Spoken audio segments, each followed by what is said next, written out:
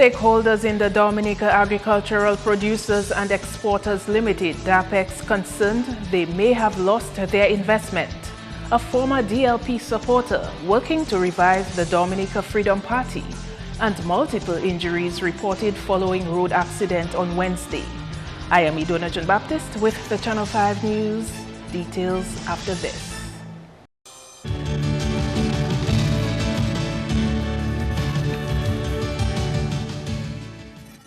First up, a serious accident in the Antrim area involving a car and passenger bus left some passengers nursing injuries Wednesday afternoon. From the pictures, you get an idea of the severity of the impact of the collision. It is not clear how many passengers were on the bus or the car at the time.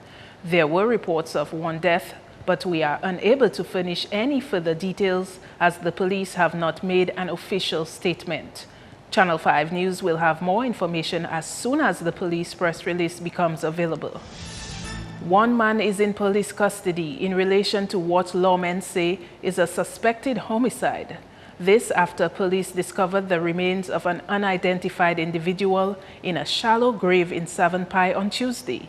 Also on Tuesday, Norman Walsh of Kingshill was pronounced dead after he was found in an unconscious state in his home. And 61-year-old Joseph Paul died on his way to hospital after complaining of chest pains.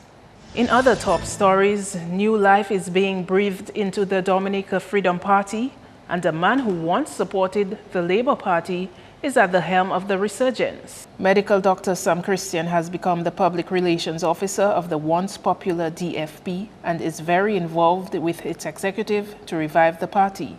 Dr. Christian returned to the island from the US in 2013 and runs a medical center in Roseau.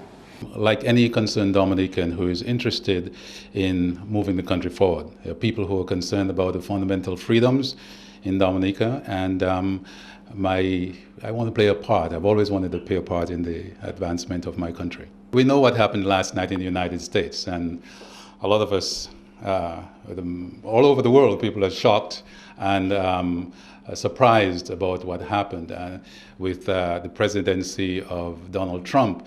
Now, there was an underlying appetite for change. We see a similar attitude for change in Dominica. He says he feels the party of Dame Eugenia Charles has an amazing history of accomplishment. My parents were Labour Party people, and my mother worked with the elections and was, in her time, the Labour Party supported the poor people, the workers, the unions. In my time, as a young student, I supported, I had the choice of voting for Patrick John or for the opposition, and I decided I would vote for the independent candidate. He didn't win, but I felt that that was my choice. And when I came back to Dominica, even though I had differences with the government, I was prepared to work within the Labour Party. But that was very difficult because I was an independent thinker and was prepared to express my views and dissatisfaction. But how confident is Dr. Christian that DFP can build momentum and become a viable option to lead the country? He says the Freedom Party is well on its way to being revived as a political force. Dr. Christian says based on his groundwork, there are Dominicans who are dissatisfied with both parties. So there has to be a third option. And as we go, a lot of people are saying, what about you freedom people? You need to get organized and do things. And this is happening very rapidly. So just as we had a tremendous shock in the system with the United States election, I believe that we are going to create a earthquake, a seismic tsunami of change for Dominica.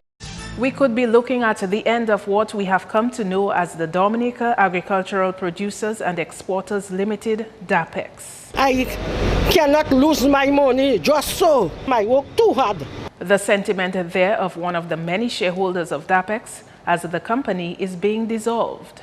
The immediate past chairman of DAPEX, Grayson Stedman, told Channel 5 News the company has been experiencing a financial crisis and management was forced to wind up the business. A meeting took place on October 31 where it was voted to formally bring the business to an end. There's a number of things that has brought DAPEX to its present crisis. Is that You wind up a company when you're in a situation where your liabilities exceed your assets, and that's the position DAPEX has found itself.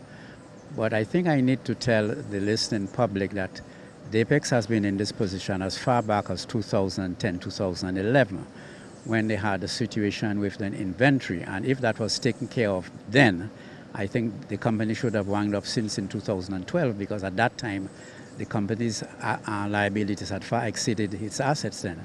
This has begun the liquidation process and the liquidator has been appointed. I asked Stedman what could have been done to save the company, and this was his response. You would have had to get an injection of capital. Now, the capital can funds. You could get the funds from three sources. One, you could get the shareholders to put in additional money. This is one source of fund. You could hope that you could get a government grant. So in these two instances, that those are monies that you don't have to pay back any interest. And the third option you had was a loan. And that third option is very difficult because you would have had assets to be able to secure the loan, and you do not have the assets to secure the loan. So the only other two options left is either shareholders put in more money or the government will give them a grant. And I don't think in the situation that farmers, in the present prices of agriculture, farmers will be able to be prepared to put in additional capital. So your next option is to look at the government, and I cannot speak for the government at this point in time. Yes, we have made some approaches to government for some assistance, but the response was negative. One of the directors before the liquidation process, Daniel Luge, showed Channel 5 News documents indicating DAPEX is in $2,200,000 worth of debt. The advice from our lawyer is, based on the amount of money we owe to our external creditors,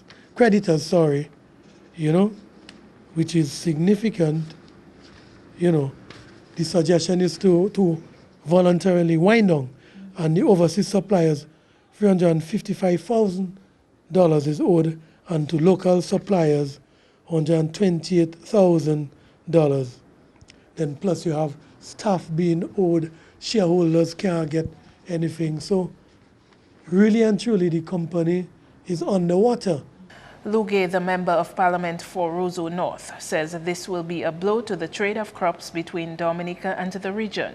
We're not saying it's the government to be blamed, but previous governments realized the importance of the industry and the need to give some help to the industry. In St. Lucia, the Prime Minister, as he became Prime Minister, said clearly he's going to invest X amount of money. He's going to ensure that 1,000 acres is replanted, and they are at the highest production since the event of Black Sigatoka. Not only is DAPEX in trouble, the sister company, Fairtrade, is in a similar fate. For Leomi Loda of Monwachet, she is reliving an experience of lost money in a similar investment. I just hear on the radio that they closed down without I attend no meeting. I have 60-something shares in the company. I invest my money as a farmer, as a young woman working hard. I invest my money in Fairtrade, and it's the same thing, my pension money. Lack of funding and the non-payment of dues are two major challenges new chairman of the Caribbean Association of Local Government Authorities hopes to tackle during his 2-year term. Andrea Louis has more. Former PR of Calga, Dominican Yolan John Jules, was elected to the post of President of Calga in October and was also re-elected as President of Dalca that same month. John Jules highlighted that funding for the execution of projects and to ensure the regular meeting of the executive is one major problem which he hopes to successfully deal with. All of us are not based in one country. We have countries that are far apart from each other. So it was a challenge before to get the executive to meet. And Calga, as you know, is very low on funds. We have no area where we can tap funding to operate the Calga office. We want to develop a project for the upgrade of Calga to keep Calga on its feet. As it is now, The only funding Calgary receives is $600 from every member state and from the governments of every member state. The non-payment of fees by Calgary member states to the umbrella body is another problem John Jules will address during his tenure.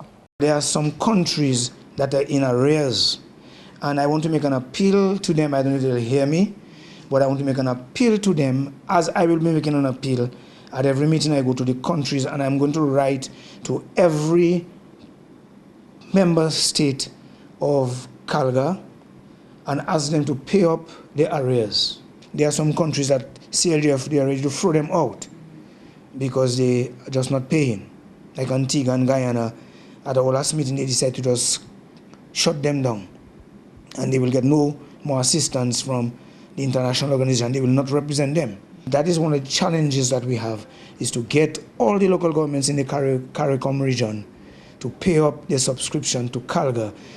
Institution building, capacity building, and the overall development of Calgary are also top on John Jules' agenda. The new Calgary president aims to work alongside CARICOM governments to establish local government organizations in countries where none exist. Andrea Louis, Channel 5 News. You're watching Channel 5 News. Coming up, the flu and reaction to Donald Trump's victory in Tuesday's U.S. elections. Stay with us.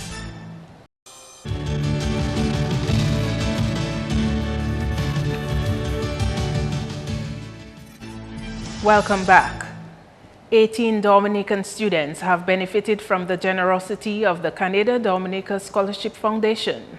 Scholarships in the amount of $500 each were given to the students who attend secondary and tertiary level institutions. We're here today because we believe that every child should have an equal opportunity to attain the education of their choice. We're here today to help those students who, as I said, just need a little push, a little helping hand. Why? Because their parents, for a number of reasons, lack the financial wherewithal to fully provide for them and also for their children. We want students who are doing well, who can do better, but who are struggling and who are being held back to some degree by the financial situation that they face through no fault of their own and through no fault of their parents. We know it's not an equal world, but we know and we fervently believe that every child should have an equal opportunity to do well.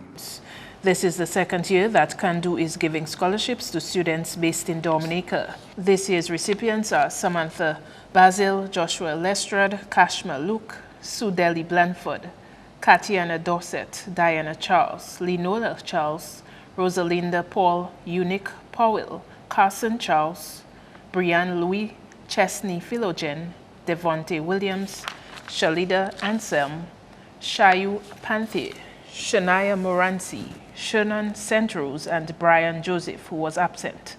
CANDO also made a donation of stationery to the Bellevue Chopin Primary School. For the first time in recorded history, Dominica is being affected by 3 different types of the flu virus simultaneously. Andrea Louis has more. Earlier this week, the Ministry of Health confirmed via press release that there is an outbreak of acute respiratory infections in the country. A new strain of the virus is present in Dominica, and that is the parainfluenza type 2 virus.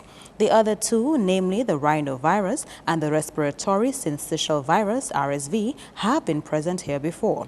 According to reports, some people have been presenting symptoms of the mild flu, while others have symptoms of a severe flu. Symptoms of a mild flu are coughing, running nose, headache, low-grade fever, loss of appetite, and feeling tired. Whereas the symptoms for a severe flu are productive coughing, body chills, high fever, difficulty breathing, generalized body pain, and chest pain. The public is being urged to protect themselves and others from getting the flu by washing hands more often than usual with soap and water, covering the mouth and nose when sneezing or coughing, and staying away from crowds if sick. The Ministry of Health is also informing the public that the flu vaccine is available at all health facilities for people most at risk of developing complications from the flu. The vaccine will prevent people from becoming ill with the flu. Andrea Louis, Channel 5 News. And the election of Donald Trump as America's 45th president on Tuesday has come as a shock to many in America and around the world. According to the New York Times, Trump was elected in a stunning campaign that took relentless aim at the institutions and long-held ideals of American democracy. Some Dominicans stayed up late Tuesday night to follow the U.S. elections in which Hillary Clinton was defeated. We took to the streets, and this is what some of them had to say. I was negatively surprised, but then it's democracy at work and the Americans have made the decisions, and I guess the Caribbean and the rest of the world will have to live with it. And I hope that whatever he's able to fulfill his election promises to his people for his own good. And, I hope that the immigrants who live there, that they will continue to enjoy the benefits and live and fulfill the American dream. You think it will impact us negatively? In the Caribbean? Well, if we have to look on, if he keeps his promise of deporting all illegal immigrants, then definitely it will have a significant impact on us. I'm really concerned. I'm very negative. He's a horrible man. He's very racist. He has no idea about how people normally live, and he's all for white rich people.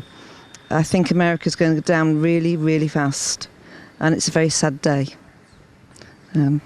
I can't say much more than how sad I am, especially for the black Americans and the Mexicans.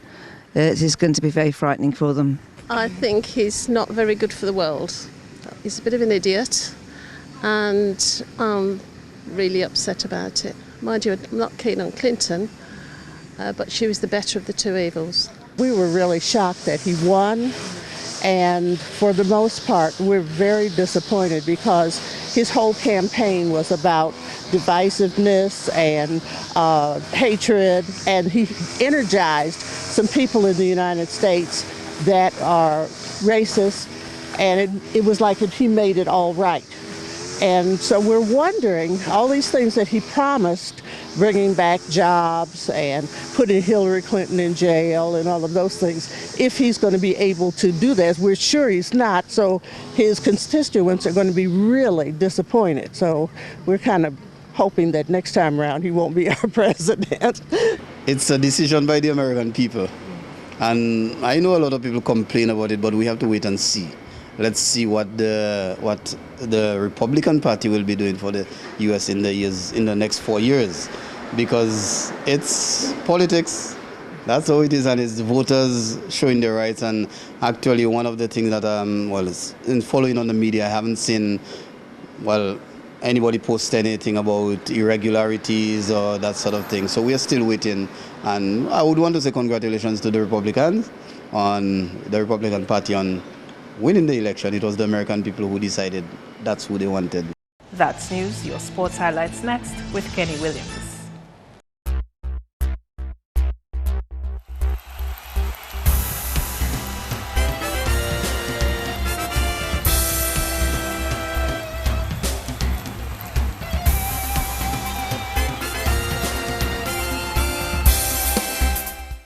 First up in sports, Joe Root and Moeen Ali led the batting for England as they finished on 311 for 4 on day 1 of their test against India on Wednesday.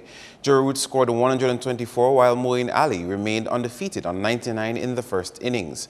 Our Ashwin bowled 31 overs but could only get 2 wickets for 109 runs. Ravindra Jadeja picked up 1 for 59 and Umesh Yadav 1 for 68. Moving on to football, Dominica Grammar School pounded St. John's Academy 10 goals to 2 in the 2016 Sports Division Secondary Schools Football Championships. Justin Kazimi and Cameron Loda both registered hat-tricks with single goals from Nixon Packett, Chedi Joseph, Jovan Matthew and Marcus Bredas. Tariq Joseph and Cardinal Paul scored 1 each for SJA. Castlebrew Secondary benefited from home advantage as they defeated Isaiah Thomas 6 goals to 3 at Portersville.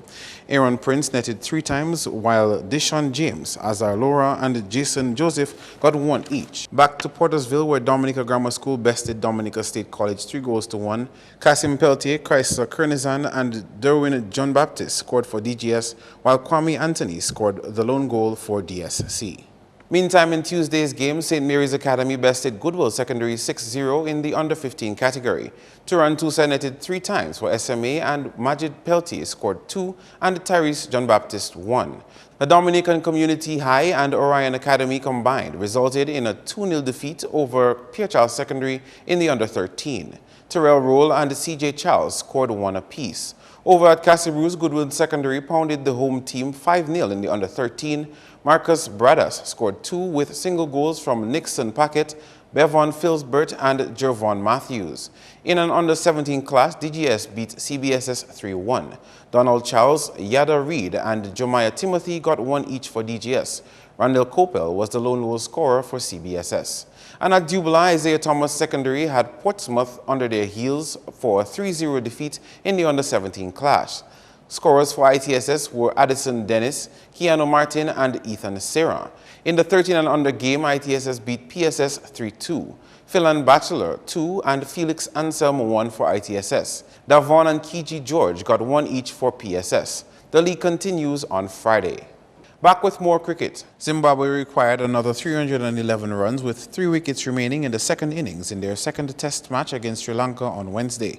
Sri Lanka batted first and made 504 in the first innings.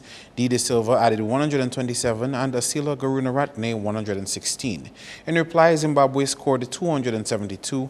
Brian Chari contributed 80, while Craig Irvin chipped in with 64 and Sean Williams 58. In the second innings, Sri Lanka declared on 258 for 9, with no batsman topping Karunaratne's 88. Set 491 for victory, the Zimbabwe side reached 180 for 7 in 45 overs.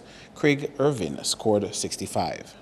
More sports now. The South African and Australian cricket boards have strongly opposed the WICB's decision to charge a release fee in order to provide a no-objection certificate to Caribbean players participating in overseas T20 tournaments. The WICB proposed a levy of 20% of a player's contract fee, which it says should be paid by the host board on behalf of contracted Windies players. The news came to light earlier this week when WICB informed Kieran Pollard that he would not be given the NOC to take part in a T20 match in South Africa. However, on Wednesday, the WICB said the matter of player release fees is between full member boards and should never be seen as an issue with players who wish to play in other jurisdictions.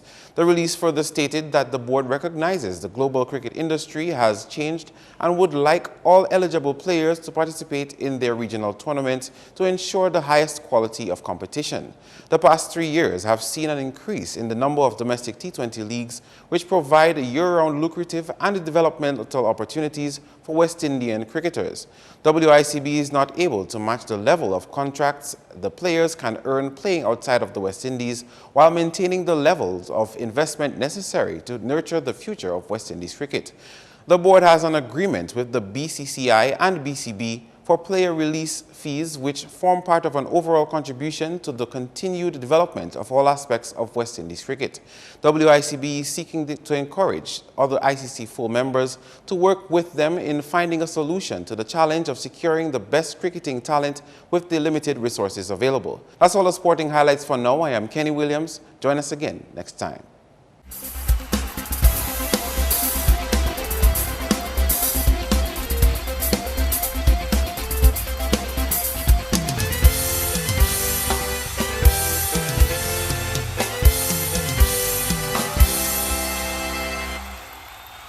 And now, welcome to another flashback. 21 years ago today, steps were being taken to convince the world that a hotel project in the Layu area was still viable and on track. For investors and others involved, the damage control was critical as there had been news reports overseas suggesting the project had been abandoned. Here's a look back at the biggest news story on Marpin on this day 20 years ago. Acting Prime Minister Julius Timothy was on site at the Oriental Hotel Dominica project at Layu this afternoon. It was a show of support for the project and another effort at damage control following the recent publicity surrounding problems between the Dominican government and promoter Grace Tung. The aim clearly was to convince anyone in doubt of the government's full support and confidence in the Grace Tung project. Is to assure everyone that the economic citizenship program of Dominica, as promoted by Grace Tung, is going on very well. We did have some preliminary problems, but that has been sorted out, and the project is continuing. In the background, as you can see, the project is well on the way, the Oriental Hotel Dominica. We expect to be a reality, at least the first phase, within 1 year from now. But as right now, you can see this project and doing that, very happy. I come here to looking for the investment chance. Yes, yeah, because I have a business in Trinidad. Yes, yeah, and I know this hotel project. Yeah, we have chance to invest this hotel project, and then we can get a citizen for Dominica. Honorary Consul to Dominica on Taiwan and project promoter Grace Tung says she's happy that some of the investors could see for themselves that the project was not just a bunch of grass. I don't think I can convince them. I think it's the government of Dominica and the people here so friendly and this reality right behind us. That's convinced them. A lot has changed in the last 20 years. The hotel in question never materialized, and Dominica subsequently switched diplomatic relations from Taiwan to the People's Republic of China. That's Flashback. Join us next time. The weather forecast is next. Good evening, Dominica, and welcome to tonight's weather broadcast. I'm your presenter, Marshall Alexander. We begin by taking a look at earlier infrared satellite imagery and what it showed. This area of convection associated with a trough system presently affecting the region, with some of the deepest convection across the islands to the south of Dominica. Now, taking a look at earlier visible satellite imagery and what it showed. Multi-layered clouds across the region today, and this resulted in mostly cloudy skies across Dominica.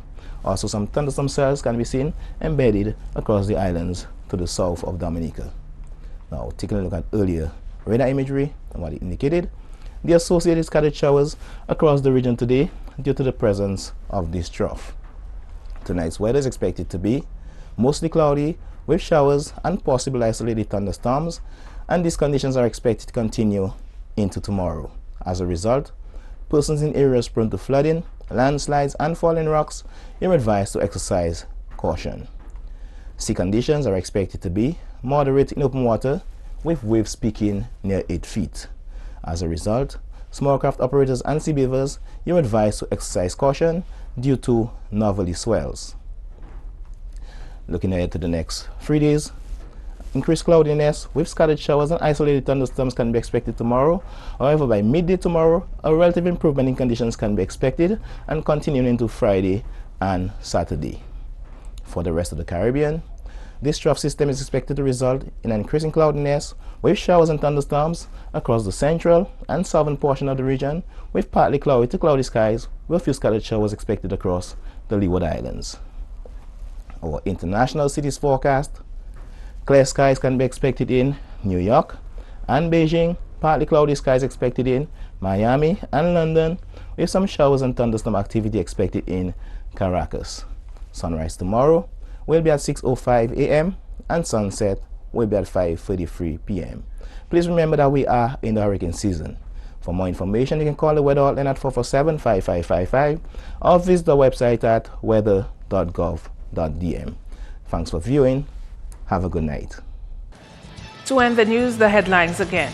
Stakeholders in the Dominica Agricultural Producers and Exporters Limited DAPEX concerned they may have lost their investment.